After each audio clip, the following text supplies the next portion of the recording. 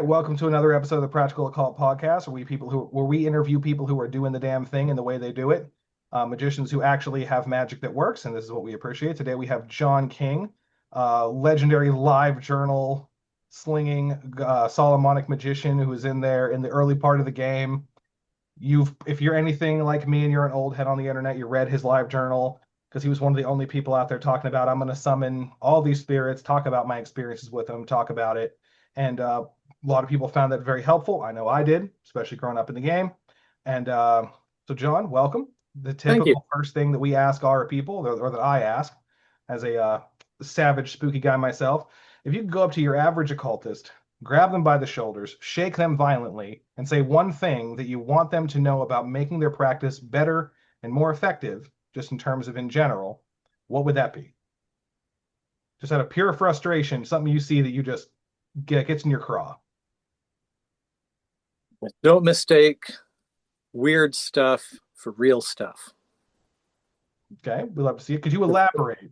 Yeah, if you have a weird dream, a weird vision, a weird thought, a weird experience, if you do something and something strange happens, check yourself. Make sure that, first off, that you're actually having the kinds of experiences that you want to believe that you're having, and make sure that that experience has some kind of point in your life. If you say, I had a moving experience of whatever kind, then make sure that that's founded on something you want to be moved by and moving in a direction you want to go. Just because it seems meaningful doesn't mean that it's real.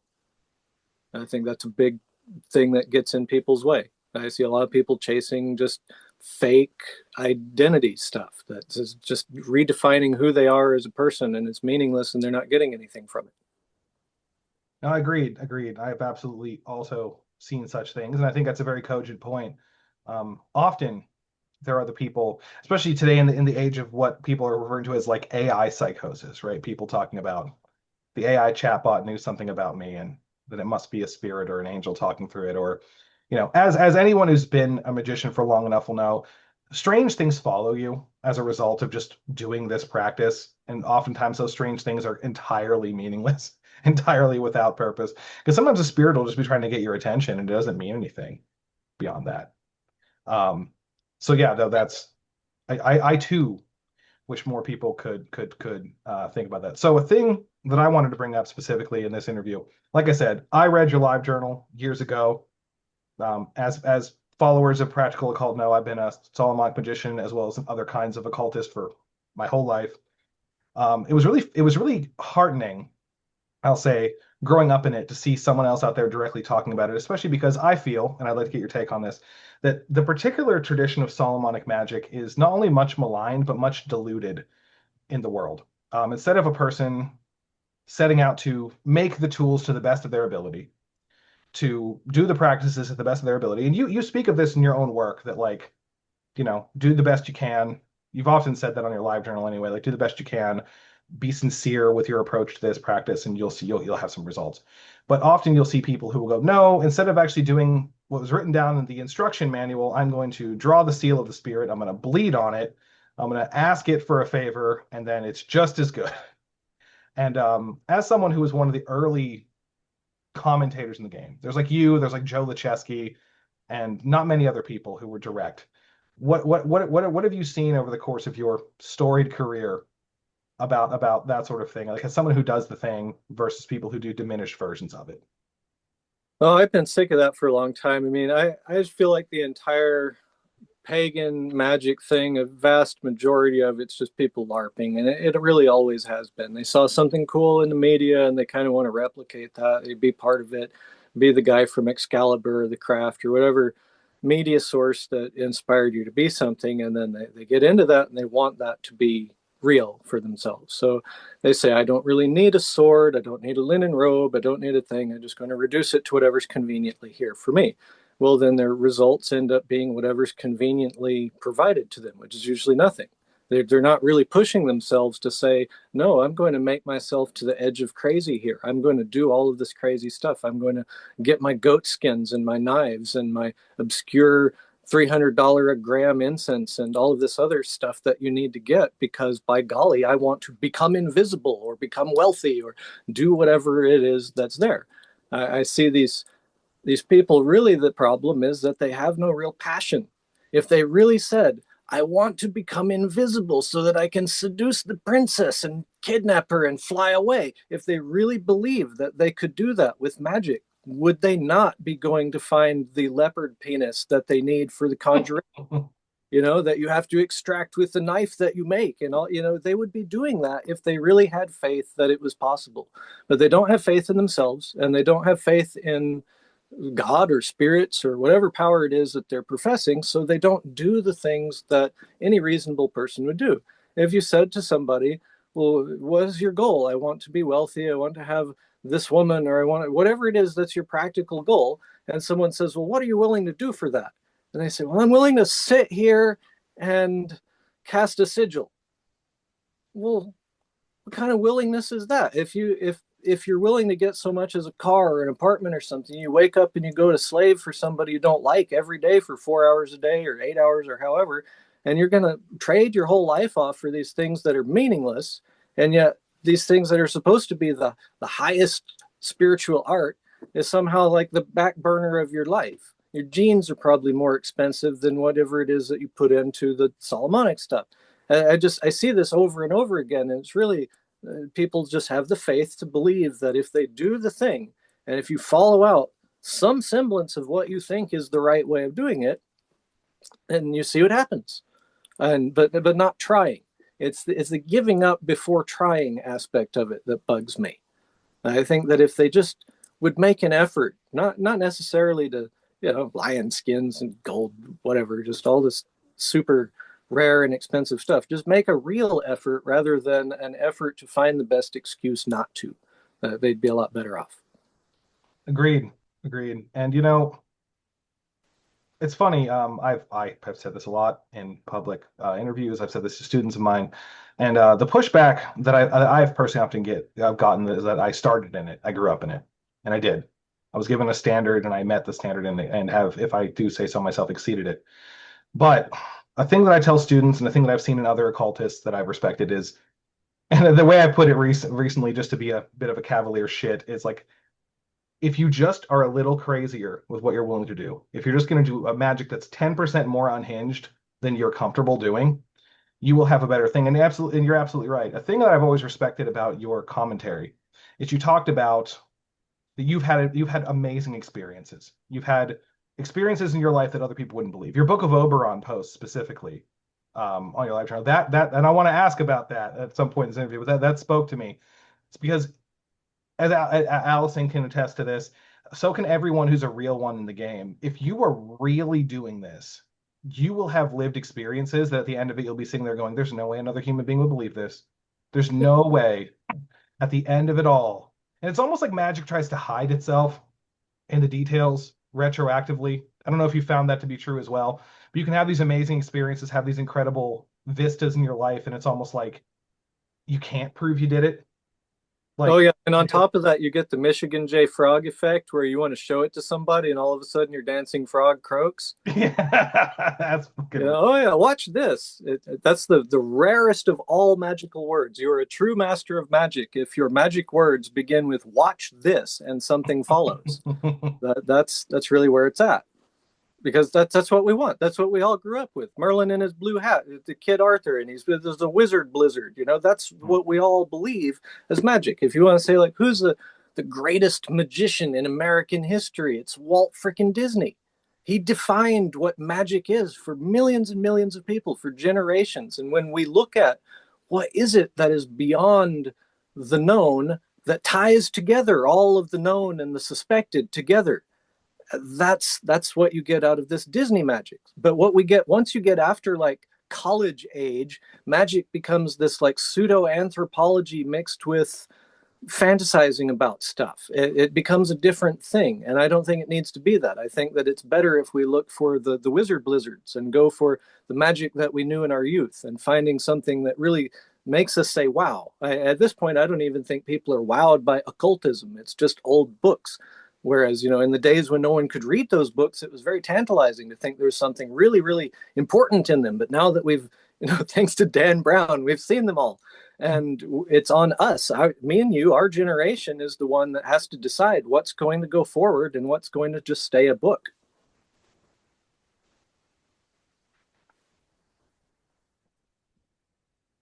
No, I mean, well said. Well said.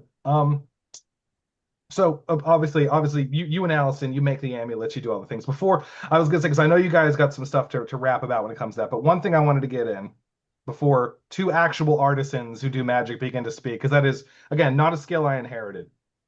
My old man has that one. But one thing, the Book of Oberon post, because as someone who's worked the Book of Oberon as well, and another number of grimoires, the thing you wrote about was not only pitch perfect to the kind of results that arcana produces, that weird history almost changed, you walked into a world that was different than you started kind of thing, but you're one of the only people I've seen who's written about it. So if you could speak to that tale. Okay, so I would go overseas from time to time doing magical experiments in foreign countries, co-opting their ancient sites and whatnot. And this company is named after the mythological figure behind the Wayland Smithy. So we're going there to find what we can do in the smithy, and it's a traditional British stuff. Is kind of our experience: is go eat in the pubs, pee in the oldest toilet in Britain, and do all of the things that are out at the sites. And we go out there. It's pouring rain, and then you get there, and it's bright and sunny, and there's just the people walking around in a little village. It's a very British experience. So our idea of this is to go into the heart and soul of British culture and prove this thesis that the people who built the majority of the Paleolithic and Neolithic sites in Britain were not actually British people, but were people from the Middle East. That the idea over the last few years of this mass immigration into Britain has been this huge cultural issue. And what we're hoping to do is to provide people some context so that they could see that Britain is not necessarily just the British, that it's a series of immigrants that have come to Britain, and that the idea is that if they could just psychologically adapt to the idea that they are fundamentally people from somewhere else, then it would change the way that their society functions from like a grassroots psychological level. So we go into the smithy, which is not really a smithy, it's a tomb. I forget what it was. It was like 14 people are buried there. And our supposition resulting from all this is that they were people from probably what's now Lebanon that had come over and settled there and told the people how to do things that they had no idea how to do. Things like growing crops in regular cycles, building stuff, just doing stuff. And they're so far advanced from the local yokels at that time that they became practically deified. They built these stone structures, which they're big, but it's still pretty crude. It's not like they had finely chiseled features or anything. They set them up to be in particular spots.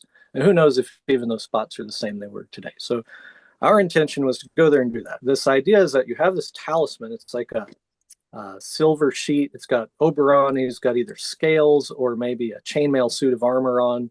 It looks like either you could see it as like a fish man, something from ancient Middle East, or maybe reinterpreted a man wearing chainmail. I think that the illustration looks more like chainmail, but you think of where the stuff came from, maybe it was something that the fish get. So anyways, the idea is that you set it down and you're making like a little entertainment here, and then you go off and go to sleep Midsummer Night's Dream style. You have to go off way off, like aside from it, and the great dragon in your dream will come and eat from this imaginary feast that you've laid out, and then you wake up. Well, we found a different world. My friend and I, we're both super into Greek mythology, just absolutely into it from a young age, just everything, all the different genealogies of the Iliad, just the whole thing. We're really into it. And then we come out, both of us say, there wasn't really a whole lot to magically say from this. And looking into other stuff, all of a sudden there's characters in the Greek mythology, specifically those related to Phoenician travelers coming over into Britain, that there's this character who's been there for everybody else. And it's weird to go into, imagine if like somebody told you, I never knew that Cookie Monster existed, and then I showed up and Cookie Monster exists. All of a sudden the world has changed, and you're like, dude, that's been there since forever. Where were you? Well, this is where we are on this idea of Cadmus, the father of writing, the father of Western culture that was imported from the Near East.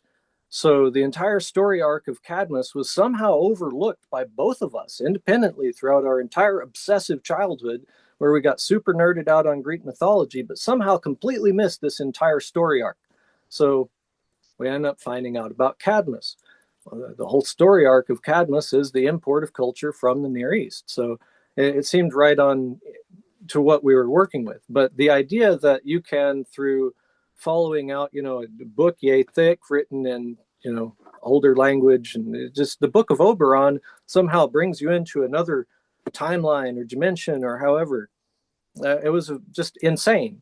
But magic is supposed to, like you say, it's supposed to do that. It's supposed to break boundaries of kind. And we both laugh about this. I mean, it's not like I'm saying, oh yes, I switched the timelines. Again, doubt yourself, check yourself, make sure that shit is real. To me, it sounds cuckoo. But at the same time, I never heard of Cadmus before, and now the stuff's everywhere and it's easy to find. And I've been looking for years, and then all of a sudden it's all over the place, and it solves the exact issue that we were there to probe on. So I find that to be just, it's weird. It doesn't do anything where I can say, look at what I have done, watch this. But it definitely was something that keeps me interested and makes me see the mysteries of life that it brings out through magic. No, truly, man. That's like I said, the thing about the Book of Oberon specifically is, at least in my experience, is I've done the very same spell you're talking about. And it does create weirdness. It creates a strange difference in the world. Again, like it's a story for a different time. But when I emerged in the morning, a crucial thing in the world had changed. In terms of like lore, and it's always lore, because I've talked to two other people who've done this spell, and I had a student of mine do it, and all of us have had the same result. It's that a legend arises that answers a question, That's and interesting. the fact that multiple people have had this experience was when I read your blog, I was like, I did that shit. That happened to me too. Like, you know what I mean? So that's why people ought to write more about this. There ought to be more writings that are not just, oh, how to do spells, but here's spells that I did. I really like the Modern Witches spell book, which it's kind of cheesy, but the idea is that it tells you about why someone might do that spell. And when you did, what happened? no, truly. And I agree with you. It's kind of funny because it's always been a thing that I have been curious about because, and again, this is one of those things I always tell my students about the maybe box. If you're given information by a spirit that you can't prove, it goes in the maybe box. Like, oh, Atlantis was over here. Fucking maybe I can't dive to the bottom of the Atlantic Ocean right now to prove it. So maybe, oh, there are connections. Like one thing I will say is, as a young teenager. Now, of course, the concept of deep underground military bases has been around since before I was born, but I didn't know about that. And I asked a spirit, a spirit I summoned in the triangle, and I was like, tell me something I don't know that can then be proven. And it was like, underneath your country, there is a network of oh, da, da, da, da. And I was like, okay, cool. And then I go to the local library the next day because I was 15. And there was this big display in the front of the library on like conspiracies and high strangeness. The Plumboro Public Library and deep underground military bases, DUMS, with like the central thing. And I was like, well, damn. Like, you know what I mean? Like, there's that. So I agree with you. Like, asking to be shown is important. But and I agree that more people should write about this. But the one thing I think is funny is that some of the people I've seen try, it's almost like it goes away. It's almost like there's something that doesn't want you to, something that makes it hard. And I think that thing should be struggled against. We should push against it. But the funny thing too is that some of the best occultists I know, the most powerful, like viscerally powerful, and who have lives that are deeply enviable, they do not ever want anyone to know that they did it to get those things. You know what I mean? They're like, no amount of CIA waterboarding could ever get them to admit, yeah, I put on some robes and chalked some symbols on the ground and said some things about the name of God and the seat of Baldecansis and all this, and then bing, boom, bam, I got the girl, I got the house, I got the whatever. I think also there's people that just don't write well, that they don't communicate well. Magic is about passion. You want a thing. You really want a promotion or whatever it is that people want out of magic. There's wanting in the world much more than there is, being able to write well, or even the idea that you might write a book. That's something that, I don't know, I got into writing and being involved in literature and stuff. Not everybody's a literature person. I can imagine somebody who just wants to succeed at something really care less whether other people read about it. That's true. Although, and not to go off too much on this particular tangent, but there was something I saw recently. A colleague of mine, someone we've had on the podcast before, he did this thing on YouTube where he was like, recently there was this alchemist in Germany who died. He was this really groundbreaking guy, and his brother reformatted his laptop's hard drive, destroying all of his research just because he wanted a new computer. Didn't know what his brother did. This guy was very private, but like if you knew, you knew. And he was saying like, what a tragedy that like decades of this man's work just went up in nothing because he didn't put it out there, because he was just like, well, there's a thing. And it was this sort of call to like, will this survive you? Will your, because we can speak to this, and real magicians speak to this in private all the time. The adventures this brings into your life, the wonder this brings into your life, the experiences, again, that no one's ever going to believe this. And it's like that Blade Runner thing, it'll all be lost like tears in the rain, and then you die, and it goes away. And it makes you wonder how many amazing adventures and experiences have been lost to time because people didn't talk about it. So, again, there is, I think, a call to this, but it is like, you got to be one of the ballsy ones to get out there and do it. And you, my dude, have been one of the ballsy ones that got out there and did it. Thank you. I appreciate that. I feel like it does take a bit of courage to put it out there. I think back in the day, the internet was a little bit different, and there was just, you put something out there. Now it's very monetized. Everything is a commercial venture. You've got to be making money off of it, getting supporters. Back then, it was just kind of like you put up a GeoCities page and rant at people. And Livejournal, it was free. You could write whatever you want. Nobody really tell you what not to write. So write on it. But today it's like everybody wants to get some kind of a monetization. I could see where, if you don't really think you're going to make money off of it, maybe people just don't feel like it's worth their time. I put an enormous amount of time into writing, the blog and the books and all of that. And overall, I think I've got a pretty good response. I've met some cool people. It's brought some very interesting, not even related to the journal, just other stuff that it led to.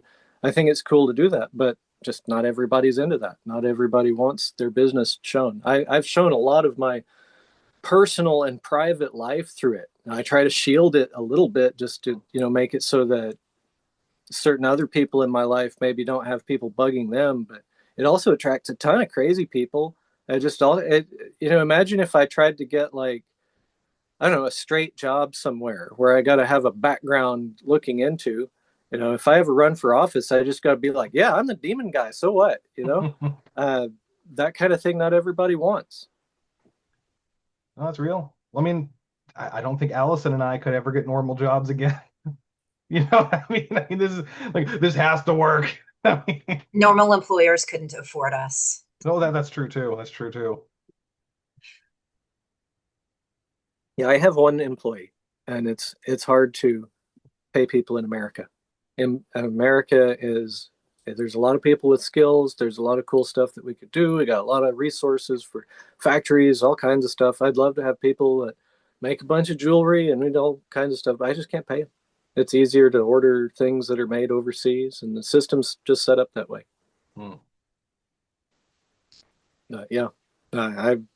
I've had a business now I've been in this one for about 4 years. And before that, had another business that I ran in Friday Harbor, and kind of ran my own gig in Las Vegas, even though it was somebody else funding it. But I don't want a straight job either. I couldn't do anything but jewelry. As I was saying before we started this, the whole idea of being in jewelry is because I made magic stuff. I wanted to make the magic rings and the magic swords and the magic pentacles and all of that. And just learning how to do that was like, well, I guess I've got to get a job somewhere. What are you going to do? We'll turn the same making jewelry stuff into making it for pay. And, I didn't decide I want to be an English teacher. I didn't really decide I was going to be a jeweler. That's a side effect of the magic career. Yeah, I've been doing the pentacles and engraving stuff maybe since I was like 14, 15 in that area, doing it for friends mostly. A lot less experimental with myself for that. I thought that the idea of a pentacle is that it's something that's transferable to another person. So if it works for them and they don't really know what it's about, then that's a much better test for me to hand it off to somebody and say, oh, let's see if this works for this guy. And I got kind of a reputation for doing that and having people say it seemed to work out. So, made me kind of go further into the whole magic and occultism thing as I grew up. That's a little bit how I got started with pentacles too. I was making them for other people, um, you know, for quite a while before I eventually started making them professionally. It was only when people started asking if they could buy pentacles that I was making that I was like, Yeah, they do. People they see something and they'll want to ask about it. Can I get it? Now, I've always said no. I've tried to just say no. I don't want I don't want to be subject to other people and have to serve their needs or their wants. Just stick to my own. And if I feel like involving myself, then do that. And if I feel like making something, giving it to somebody, then just do that. But now it's like, well, might as well. If people are willing to buy it and they're willing to pay whatever I want to get paid for it, then I might as well at least put it out there and see if they buy it. That's cool. Yeah, and your work is really beautiful Thank you. with the stones and the handwork. Yeah, yeah. I'll plug it. You got to get on TikTok. Just look up my name, look up my full name on TikTok. The TikTok was just like, I was painting pictures. And, my wife was filming me painting pictures. And finally I was like, I'm just going to answer a question on how to sharpen a graver, I think. And I was like, I'll make a TikTok about it. And then just kept on doing that. I've been doing it since then. It's been a couple of weeks. It's kept me busy. Yeah, I'm not on TikTok, but I've been seeing you cross post them to Yeah, Facebook, and I think I've probably love reacted everyone I've seen. So I appreciate that. Yeah, it's cool to be able to do that. It's not something that I see. Like I see people make magical items with what they want. I like to say you could make a magical item out of a booger on a toothpick if you wanted. It doesn't require fancy stuff. Like I like to do the blinged out stuff because I like that. And I have the means to do it, so I might as well. But it doesn't need to be that. It could be whatever. The important thing is, I think, the spirits. However it is that you have an understanding of who or what those spirits are, I think that's really what the whole thing is about. It's not really about making jewelry. It's the making agreements with divine powers about what will happen in your life. I think that's really what the nature of pentacles and magic sigils and all of that is, making arrangements with the powers that govern existence, with what kind of existence you're going to have. That's a cogent way to say it. Yeah, I definitely agree with that. It's interesting. I'm sorry, Allison, go on. And you were Oh, I was going to say, I had a situation that happened a couple years ago, and happened again, I believe last year, where there was a specific pentacle that I wanted to make that had timing requirements, so it could only be made astrologically during a certain time of the year. And the first time I made it, I had an astrologer, give me the time that I should make it. Made it. They were very strong. This was the poison pentacle, Alex. And then I tried to make it again a few years later when I thought that the conditions were good, but turns out I messed that up. However, the second batch ended up being stronger than the first batch. And when I called up the spirits to ask why, did I somehow pick better astrology than the first time? They were like, "Oh no, we just know you now. Like we've been, because I'd had a personal one of that for, I don't know, like 3 years at that point."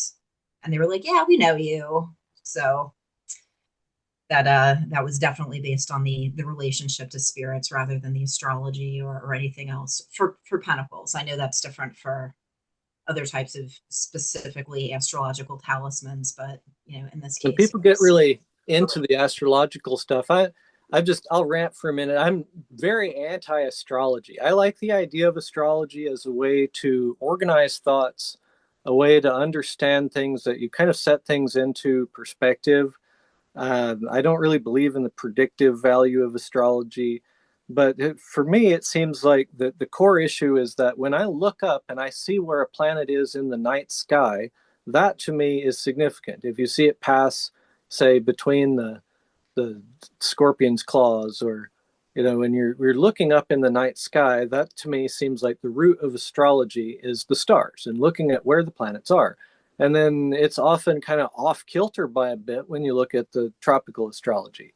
And so just the idea that you can have a mutually contradicting viewpoint on what the exact same placement is, depending on whether you grew up in India or in England, that to me says maybe astrology isn't the hard factual type of resource that it's pitched at. That, like you say, you do something and it's out of the astrological cycle, it really doesn't matter as long as some other thing is going with it. But at the same time, I don't really know if the astrological placements are really what they even profess to be. You've got measurement there, but does that really mean anything? I have a hard time finding a way of looking at astrology where it has meaning in the way that it's presented, where you have these elections or times in which specific things are better or more fortunate. I know that that's really the foundation of a very large amount of thought in Western occultism, but I don't believe in it. And if people do, I mean, I'm sure there's people who say, well, I don't believe in demons either. It's like, yes, I know that. It's a language that we use. And to me, it's like that variety of the language I don't really subscribe to. I don't see it as valid. Instead, I kind of work at again, the invocations, and the one superstitious placement that I do abide by is the whole day and hour thing, where I'll keep it on the day and the hour of planetary stuff. And by that, I don't do any kind of calculation. It's not anything like that. It's you have the first hour of the day, the midday hour, the evening hour, and then late at night after midnight. And if it's not one of those, it's not really part of the day and hour. I don't do any I don't have a chart for it. Well, I mean, that's Yeah, oh, I'm sorry. sorry. I was going to say, I think when it comes to, especially as someone who's a pentacle maker, so my views about astrology are very colored by my experiences with these pentacles. I think that what's happening there is, for a lot of people who do astrological magic, it's a little bit passive, where you just pick a time and you do a thing, maybe like draw an image or engrave an image, and you're just receiving that uh, astrology influence passively, as opposed to folks like us, where we're engaging with these intermediary spirits who are then directing maybe celestial or something else towards what we want. And I know I've specifically spoken to spirits who are like, yes, I can blanket the sky in a way that blocks out the celestial influences you don't need for this ritual. So, like there's a lot of things where if you just negotiate with the right spirit, you can kind of get around a lot of these things. Yeah, I think ultimately any of the prescriptions in magic for like, oh, you have to do this, that there's always a way around that for whatever. It's ultimately magic is like some David Eddings stuff, the will and the word. You speak it into being, and that's the the whole of magic really, and all of the rest of it, the pentacles, the ceremonies, it's all a way of speaking. You're communicating something to the universe, to things that exist, and you expect it to be responded in a somewhat human-like way, but it's still just a language. We're speaking and we're expecting some kind of reply. I can dig that. Thing is, the funny thing is, the question comes up often about the astrological magic versus planetary hours versus whatever. And my take has always been that, one, these are currents that we can choose to engage with. Different cultures have entirely different rules and traditions on magic, and for more or less, they all work, right? Now, one could argue that some work better than others. That's a spicy argument that pisses a lot of people off. I think that, and any listener should take this advice to heart, I think. By their fruits, you shall know them. If people are talking a lot about very specific astrological conjunctions that need to happen for this, and their lives are not equivalently good to the amount of work they put in, perhaps think about that. Just like we just were discussing earlier, go crazy, do the unhinged thing. But if the unhinged thing doesn't pay off, because like in any skill, no matter what it is, whether it's music, jewelry, guitar playing, martial arts, magic, there are people whose methods are just not as good. And they will be the last ones to ever admit that because they bought in, right? The sunk cost fallacy is very real with a lot of this. And you have to look at like whose life is good, how much have they given of themselves for that goodness? Because that's another question people don't really ask enough. Is like, because there are evil systems of magic out there that can take pieces of you and give you great rewards in return, but you've still given of yourself a great deal. And so, it's like, well, yeah, that guy may have, wealth and everything, but, he died at 50 of an unexpected brain tumor or something. I've seen this more often in my life than people would believe. It is a thing. So I think that when it comes to these conversations, one has to look at trends, popularity, things that are new. But also, I think that some of these systems that are hyper specific, and this is going to piss people off, exist as a way to make sure that people who lack natural talent have success. Because if you stack all of these factors, you better fucking succeed. It better work. You know what I mean? Or else you've done something silly. Whereas, I've had situations where even using Solomonic magic, you're supposed to do it every other day in the waxing moon cycle. The second day, the even numbered days. I've messed up with that. Picked the wrong day, the wrong moon day. Spirit still showed up. Maybe a little bit distorted. Because I've had, and Johnny, actually, you wrote about this too.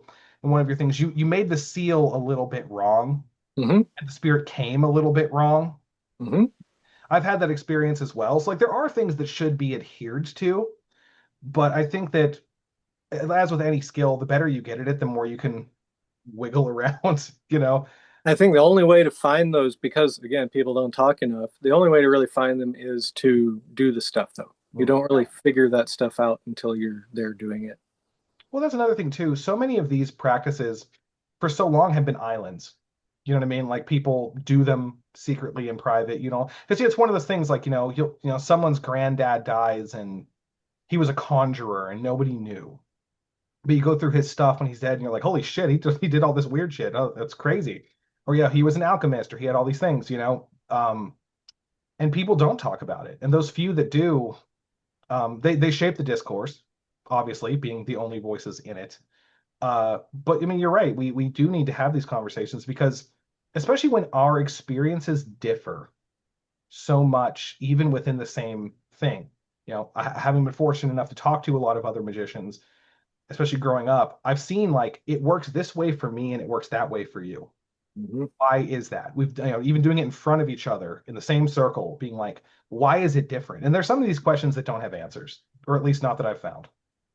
And as frustrating as it is, I think even that is important to bring up. So a question I actually had, one grimoire guy to another, when you talk about the perception of the spirits, because this is another thing that isn't often talked about.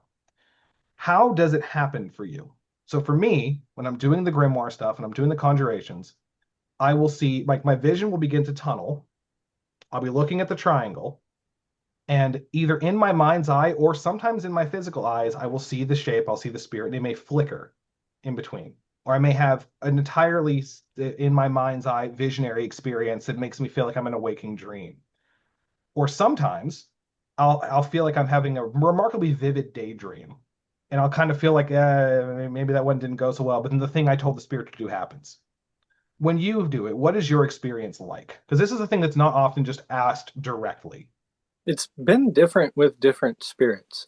When I first began, the very first that I ever got into it, it was like literally I instantly right there, and there was no like appearance or coming to appear, just it was there.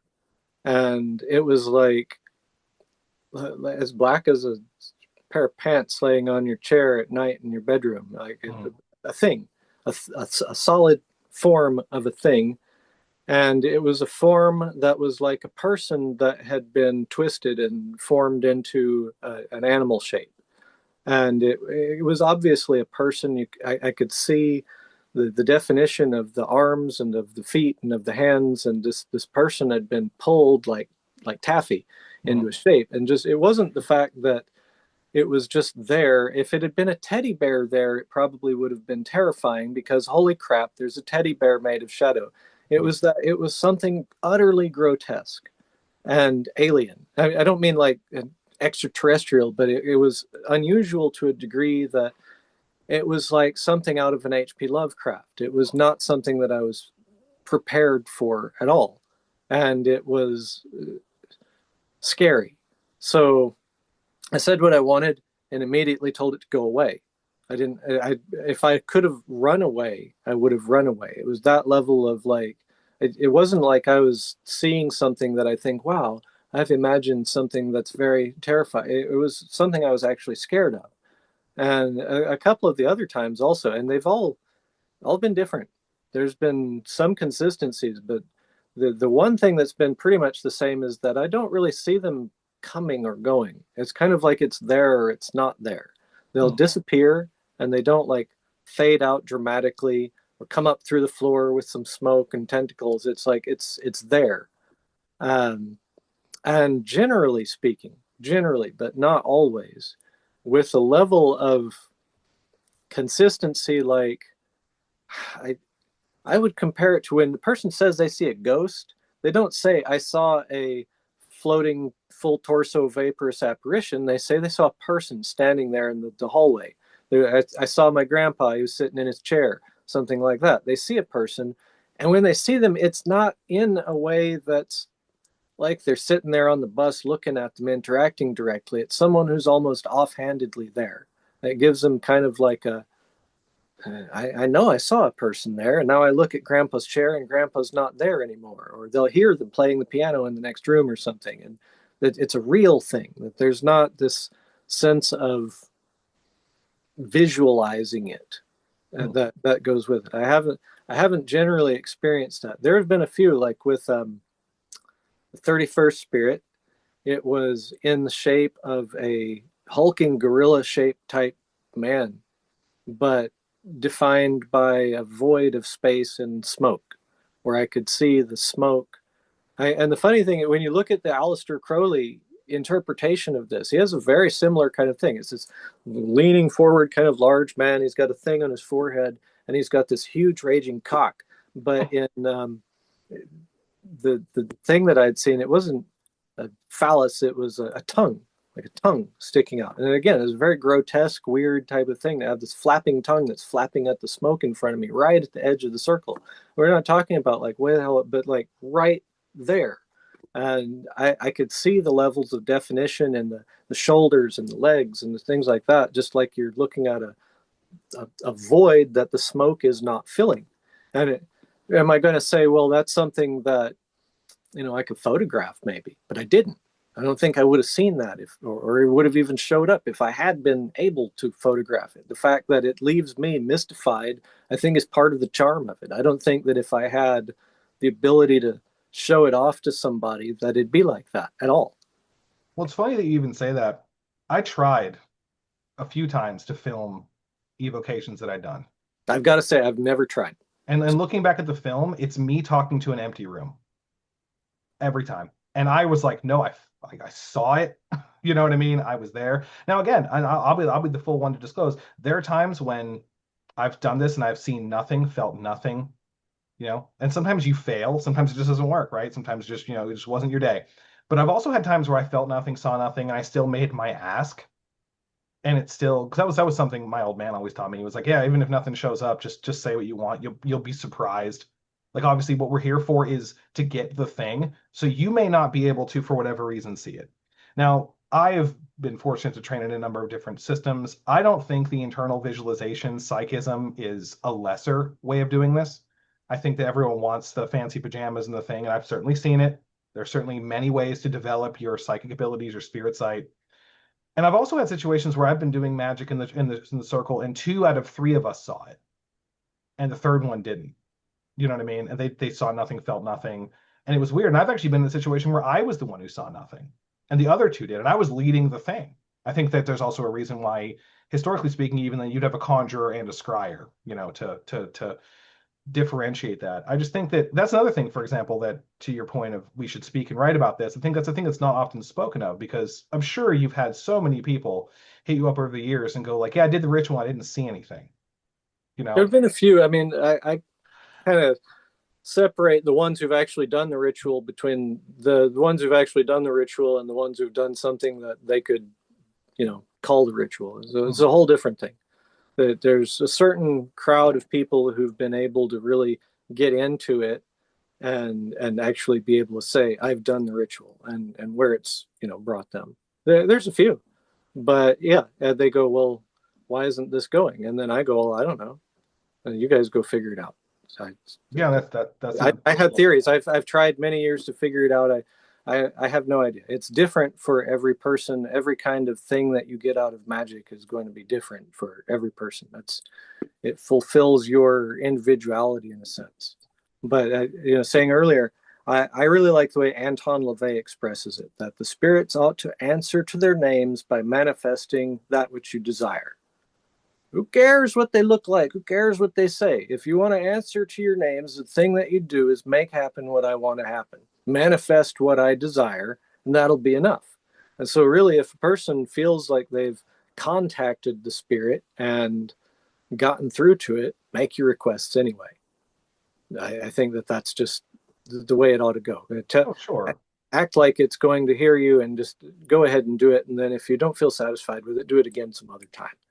That's really, what else can you do? And people say, well, as long as I get all of my equipment together, then the spirit will have to answer as soon as I burn its seal. Well, it doesn't have to answer. If you've never sat there burning a box and wondering what to do next, then you haven't really done the ritual. That's real. It's just, I always ask them, okay, so when you get to that point, what are you going to do? What are you going to say? And what it comes down to is you as the conjurer have to be all in. You have to not just be all in on wanting the thing that you want or wanting the spirit to show up. You have to be all in for whatever it's going to do to you. If you want to become a dentist, what do you got to do to become a dentist? Can anybody be a dentist? Absolutely. Is anybody going to become a dentist? Probably not. There's a lot of things that get in the way of that. And the same thing, if anybody can do the ritual, but can you really be all in for it? There's a lot that goes into it. You give the spirits a lot of control over you and how you're going to go. And if you're really not into that, then they can know that. They know that you're not really all for it, and they're not going to answer. Trying to think of a good example for this here. Let's say I can give you a good example. Okay, go ahead. So you summon an angel, for example. In my experience, when you summon demons, they'll do, if you've gotten them, they'll do what you tell them to do, regardless. But they'll do it to the letter of what you ask. Like, they can monkey's paw you pretty hard if you're not clever. But an angel, I've actually had this where I've summoned them using, for example, like the Trithemius operation, summoning planetary archangels, and have been told, you don't want this bad enough. Like, you not only do you not understand what you're asking, but you don't want, like, I sense your frailty, is what I was told. Like, I sense your frailty of conviction towards this act. So that's definitely a thing. And that's the thing I've told students as well. And it's good that you bring that up. You got to want the thing, not just, because a lot of times these spirits will become pissed if you just summon them just to see something. But the very last demon conjuring that I did was several years ago, about 5 years ago. And I was just sick of work. Really just sick of like being somebody's employee and having to worry about all of this stuff.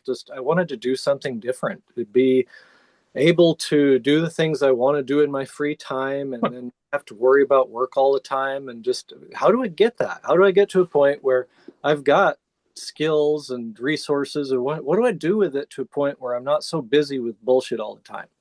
And the response that I got was that I'm going to have to deal with a lot more people, be way more social, that I'm going to have to not try to make big expensive stuff, but just deal with the fact that I'm dealing in cheap crap and just sell a lot of it. I'm going to have to get really heavily into debt. Like I'm not, I can't say that I'm that heavily into debt, but all of that stuff I ended up having to do. I had to accept that that was going to be put on me, and the spirit's not going to help me do any of that unless I'm willing to accept that these are things that I'm going to do. I went my whole career like fancier and fancier stuff, making $100,000 sculptures and all kinds of stuff like that. It was fancier and fancier, and all of a sudden now I sell $55 earrings. So, and I'm much happier with it. I got a lot more time. I have like 3 days a week at work, and I'm in, close at 3 or 4 in the afternoon. It's a pretty little town. I, I got what I wanted out of it. I have to be very social. I talk to a lot of old people. I have to deal with the fact that the place I'm in kind of has a reputation as being where the mayor used to own and all that. So it's like I've got a lot more going on in my life than maybe I would have wanted before, but that's just what comes with it. I don't think if I was not willing to accept that, if I just want to stay in my cave and have a slack job of some kind, I don't think the spirit would have been cool with that. It's like, no, you got to do these things. And I think that if a person just knows that they're not fundamentally going to do any of that, then the spirit's not going to work with them. It knows that they're not in it. I've seen that to be true. I mean, as someone who went from a very mundane job to being a wizard for a living, I did. There was a bit of magic. I don't discuss what that particular bit of magic was that I did, but it was similar. And I remember being like, I want this. Like, I want this job, this life. And I kept being asked by the spirit in question, like, no, tell me more. Like, to show me what you understand of what you want. And I was made, I mean, I was like put on the spot, made to, you know what I mean? But everything I demanded and more has been given to me, to the point where, like, there are days when I wake up and I'm like, this shit's still real. I mean, it's been years I've been in this, and there are days when I wake up and I'm like, it worked. It really worked. And that's the feeling you got to chase, man. And that's for me, that was the live wire that I bit into as a kid, and I never stopped. That feeling of holy shit, it worked. Like, the spell worked. It happened. This belongs to me now. Like, that's a thing you got to chase, but you got to want that feeling. You got to be hungry for it, I think. Yeah, I think that that's really it. It's this obsessive desire to move on with something, to do the thing that you want to do. And for me, it's gold. But what is the motive? When I got into this, the guy that I was, I guess he's my mentor. He was this Native American guy, and he was in a lawsuit, and he was using all of his magic toward dealing with a lawsuit against the mayor, the chief of police, the whole town. He won his lawsuit. He moved to Florida, got what he wanted out of it. That was my example of practical magic. I could see him. He had all of these religious people after him. He fought a war against a town of 247 people. It was cool. It was cool to watch as a kid. I was 15 watching him go through that. And he was a very odd, interesting person.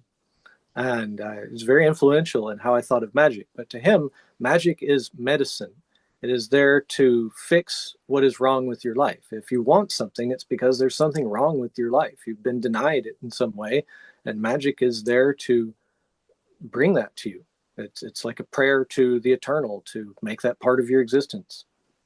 Well, agreed. I say it all the time on my social media. Magic exists to answer scarcity with agency, and that's the truth. All right, well, John, excellent interview so far. So what we ask on this podcast is we ask all of our guests to provide a helpful spell, practice, bit of advice, anything to our practitioners listening that if they put into practice and implement, it will make their magic and thus their lives markedly better. So what have you got for us?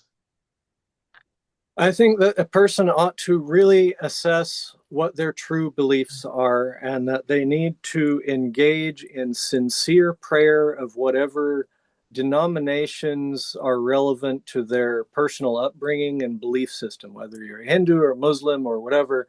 Realize that a large part of who you are comes out of that, and make peace with it. And that if you continue to think that all of the God stuff is what you want to move away from, you're going to miss out on whatever it has to offer. And if you instead think, well, I'm going to at least attempt to make peace with this part of my life, then what you get out of your magic is going to be better for you. So I think if a person really wants to adopt a practice, find some real sincere prayer, not invoking names you don't know, but invoke the names and powers that you do know and find strength in that to fortify the rest of what you do. Well, I mean, especially for a Solomonic magician, it's kind of funny. I found this in my life. You have like some people who are very like, well, I hate Christianity, but I'm gonna do the grimoires, and I'm like, I have a terrible news for you. But And that's exactly kind of where I'm at. I've found that has made the biggest difference in my life is taking the theological aspects of Solomonic magic more seriously. It has made me a lot more capable and competent in Solomonic magic, and it's given the rest of my life a more solid foundation on which to sit. So as much as I love the magical philosophies, and I just can't get along with church, I just can't. But the embracing that aspect of it, I think is valuable to do rather than trying to run away from it or shove it under the rug. I think it's a cosmology question. Like one of the things, so like my mother's people are Catholic, like weird, evil magic Catholic, but Catholic. And the thing I love about what's referred to broadly as folk Catholicism is it incorporates everything. It's like, oh yeah, centaurs are real. God made them too. Mermaids are real. Sure, God made them too. All those other gods, God made them too, right? Like it like so neatly. And if you look at like, for example, Thai Buddhism, they do the reverse. They're like, oh yeah, Jesus, he was a Laircy. He was this kind of because the all made them too. Like it's just this thing where like it creates a sort of map, like a treasure map of the spirit world, where you can be like everything can exist, but you do need. I mean, I agree with you. You do need a sort of at the very least a how to put this a cultural and psychic foundation upon which to do these things, because that's another thing too. Like if you don't at least accept that there may be something to this, then why does it work? Mm-hmm. Because that's another thing too. Now granted, I think the deep mystery of what else there could be to this is a vast thing that greater minds than any of ours have puzzled over forever and always will, and there's no answer forthcoming. Anyone who tries to give you the forthcoming answer, I think I'd be a little skeptical of. But but then people will try. But I do think I think that's good. I think that's a solid thing. Well, anyway, to that end, John, thank you for being here. It's always cool to talk face to face with someone whose work you've been engaged with since you were Rocks to Riches. What is this? Yeah, advertise my coloring book. You got a coloring book. JohnRKing4.com. Yeah, it's a coloring book, how to make jewelry. I got all kinds of interesting stuff there. That is actually remarkably based. Yeah, but okay, that's the thing too. Tell the listeners at home where to find you. Oh yeah, JohnRKing4.com. You get my blog, my books, my jewelry, just the whole shebang. I will say, really quick towards that end, your Imperial Arts book, the one that gives you the whole grimoire setup. A thing I've always wanted to ask, and now I guess I have you, so I can. Why did you choose to put all the holy names in one of the magic ciphers?